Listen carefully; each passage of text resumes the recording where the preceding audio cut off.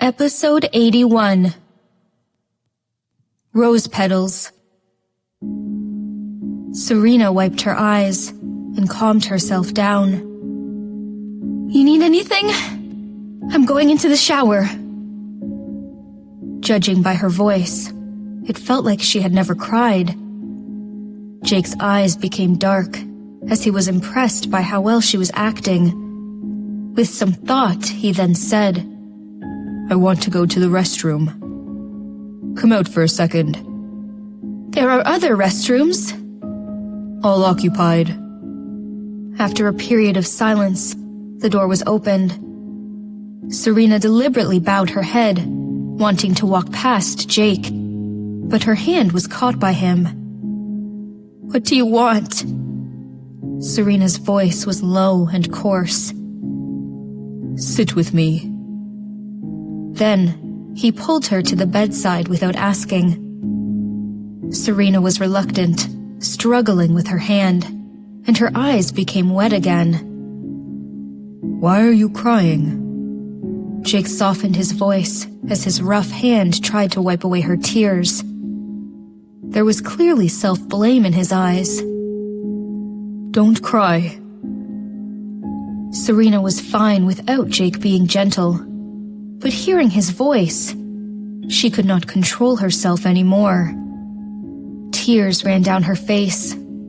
Pushing his hand away, Serena wanted to get up and leave, but then he held her down. "It's okay," Jake said. Gazing at the couple, Alan looked quite interested. He did not expect that the wife of Jake would be a girl so young and pretty. However, the couple did not look like a real couple. Although their appearance definitely matched, they did not look harmonious together. Rather, they looked like they were forcefully bound together. How interesting. "Young master, madam asked you to come." "Coming." Before they reached the table of Grandpa, Serena could not help lifting Jake's arm and running away. Jake clearly felt resented by her, clenched his fists, and quickly followed her. Serena sat down at the chair opposite Grandpa and coveted the dishes on the table. She was starving for real. "You must be hungry. I have ordered everything you liked." "Thank you, Grandpa." Serena smiled happily and forked a piece of cake. Before she put the cake into her mouth, it was taken away by a hand. "Drink some milk first." Jake placed a glass of hot milk in front of her. Serena's face suddenly collapsed as she hated the guy even more. Glaring at him, she quickly drank up the milk and took her cake back from him. "Don't rush," Jake said again. "No one's going to steal it." Serena slowed down and looked rather depressed. If Julia were here to eat with him, he would not mind her so much, she bet. But she was really hungry. "You are not eating?" Serena pursed her lips and stared at Jake, growling, "I can't eat anything looking at you." Jake walked past Serena and slammed the door shut. Bang! The huge noise made Serena's heart shudder, and she was almost out of breath. The entire house also heard the noise. Under everyone's watch, Jake left the house. Nola quickly came over and asked Serena, "Did you two fight?" Serena shook her head and pursed her lips, sending Nola away saying that she was tired. The following night, Jake did not return. On the next morning, the servant came to knock on the door, taking Serena's luggage out. Serena's eyes were puffy, but they looked better after some treatment. Covering it up with makeup, Serena looked just fine. Grandpa looked like he did not know anything about the fight between Jake and Serena, discussing the travel plan with Serena excitedly. Grandpa's car was a traditional military Mustang, while the driver was the son of his lieutenant in the old days. Serena knew the car and driver from her last lifetime, because she had spent a lot of time with them. However, in this lifetime, they might not be around for long. Sunshine? Were you listening to me? Grandpa looked a bit upset. Serena looked up and felt guilty. Sorry, Grandpa. I'm a bit under the weather. Under the weather? Just in a bad mood, I think. Henrik did not speak his mind, but sneered and checked his watch. This is over the line. At this hour, he did not even call or text.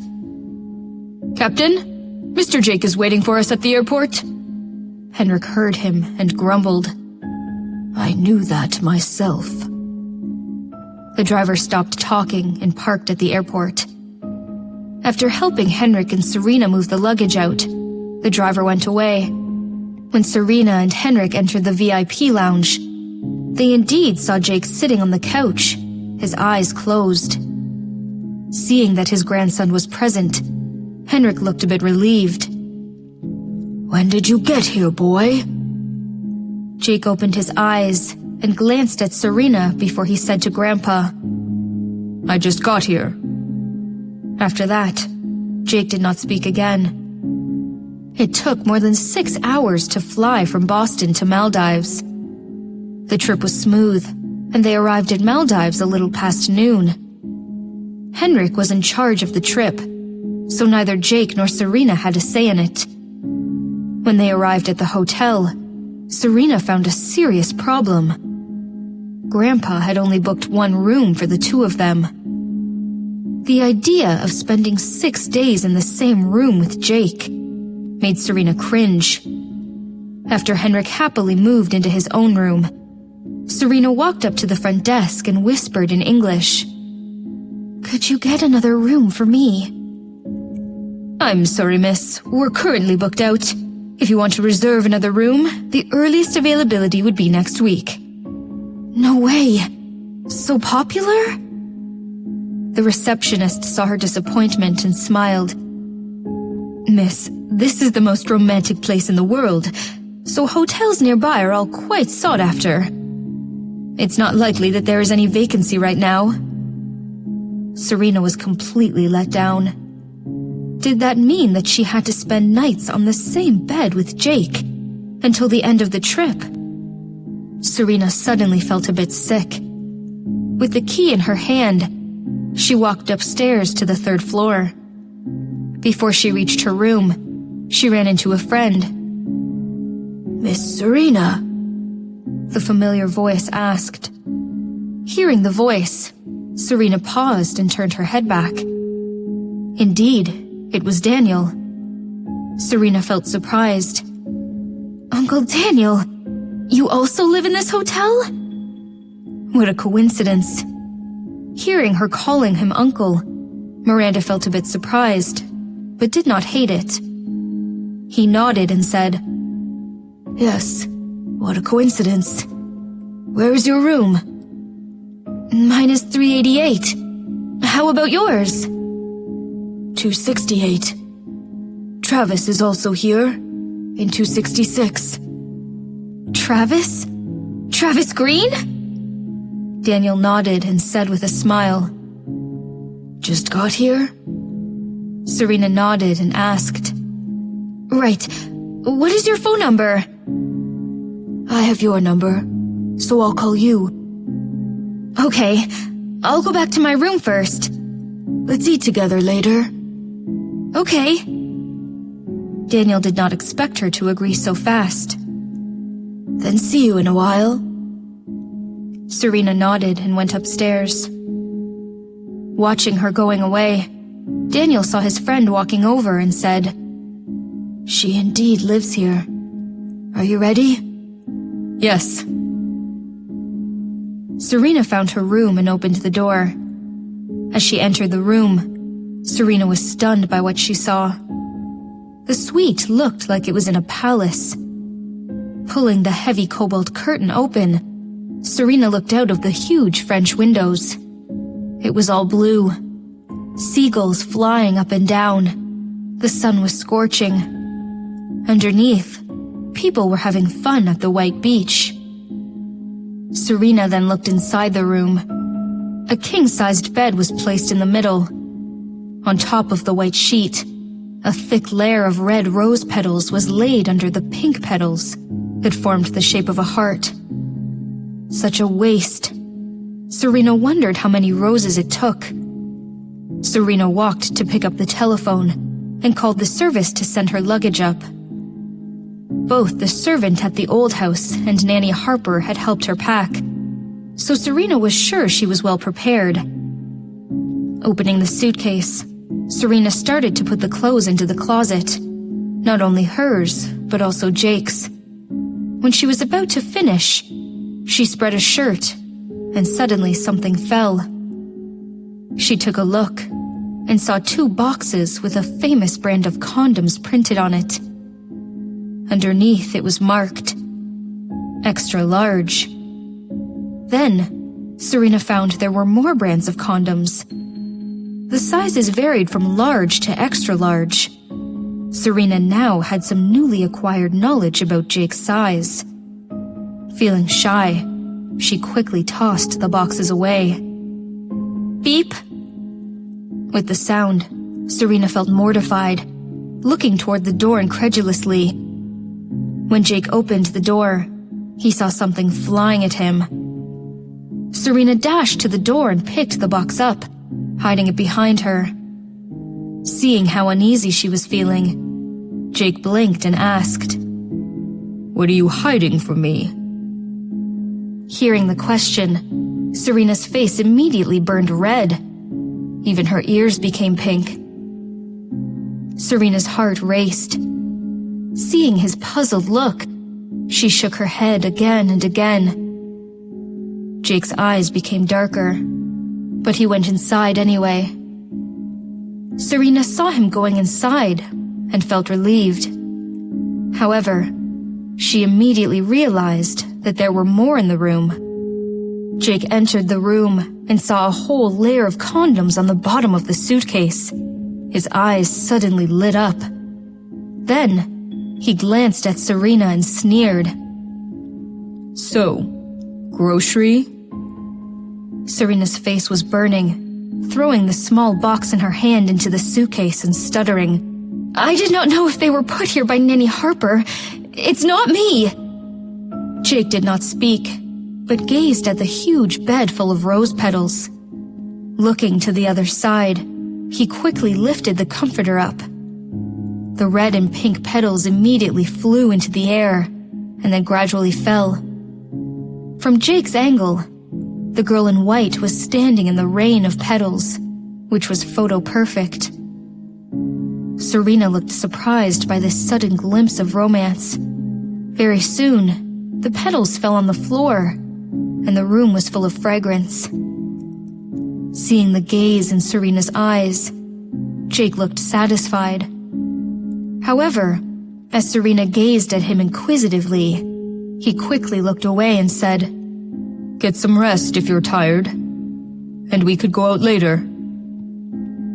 Then, he took out an outfit and walked into the shower. Serena was dazed. Was he making the bed for her?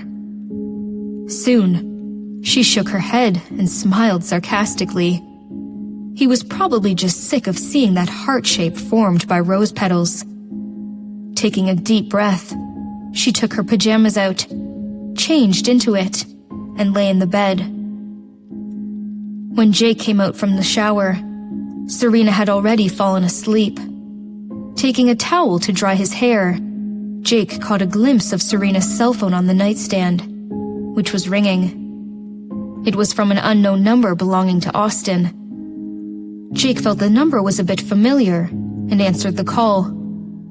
"Hi, Miss Serena. Come down to eat with us. I'm sitting next to the window in the lobby. A great view of the ocean from here." Jake paused for a while and asked, "You are also in Maldives?" In addition, judging from his tone, he knew that Serena was in the same hotel. Did they agree to meet here? No way. Serena did not even love someone like himself, so she shouldn't be interested in this guy. Did he follow her? Jake's eyes became cold. A guy his age was old enough to be his father. Was he sure that he could get her? Unexpectedly, Daniel heard a male voice and thought he had the wrong number. After checking it and making sure it was Serena's number, he asked, "Are you Miss Serena's husband? Where is she?" Jake glanced at Serena, who was sound asleep, and answered coldly, "In my bed. You need something?" Daniel suddenly did not know what to say. For some reason, he felt like Jake was holding something against him.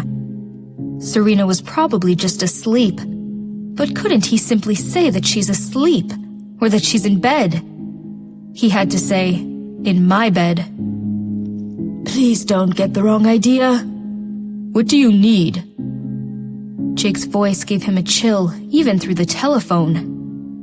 No matter how thick his skin was, Daniel knew that Jake did not want him to call Serena. Feeling awkward, Daniel exclaimed, "I really did not mean to." "If you don't need anything, don't call." The cold voice sounded flat, very Jake. Then he hung up. Daniel had never been treated like this before, and suddenly felt quite embarrassed. Looking at the guy sitting opposite him, Daniel sighed and said, "It seems that it would be difficult for us to meet her this time." After hanging up, Jake glanced at Serena, who was still sleeping, and did not know anything that was going on. Just like a piglet. With a subtle smile, Jake looked at Serena's cell phone and blocked Daniel. Serena woke up feeling hungry. Maldives time was 3 hours behind Boston time. When she woke up, it was 7 p.m., which meant 10 p.m. Boston time. Naturally, she was starving. Jumping up from the bed, Serena quickly freshened up and went downstairs for food. Taking her cell phone, she saw the message from Grandpa. "Sunshine, I'm at the dining hall downstairs. Come here together with dear baby grandson." Serena laughed. Dear baby grandson? Thinking of the cold face that could freeze the world up, Serena did not believe Jake deserved this cute nickname. The message was sent 2 minutes ago, so Grandpa should still be there. Looking down the stairs, she found the dining hall was bustling. Serena's phone buzzed as she got another message from Grandpa. "I'm sitting by the window, end of the hallway." Serena looked in that direction and saw Grandpa waving at her. Serena waved back and quickly walked downstairs. However, in the last 2 steps, she lost her balance and fell. "Watch out!" The male voice sounded as a hand steadied Serena. When Serena saw the face of the man, she was suddenly dazed and surprised. And then, she asked incredulously, "Alan?" Alan was surprised that this stranger would know his name. As a gentleman, he nodded and said, "That's right." Of course Serena knew him. Alan would become the most renowned musician worldwide. His family was of a noble background and extremely mysterious. If she remembered correctly, in her previous lifetime, Alan had earned his fame 3 years from this point, so later on, he would be more famous than Travis Green. She ran into Alan White. "You know me?" Hearing the question, Serena subconsciously wanted to nod, but then shook her head and said resolutely, "Nope." Suddenly, Serena felt a bit pressured as she glanced at a tall figure walking towards her, freezing everyone near him. However, he was not looking at her, but the gentleman, Alan.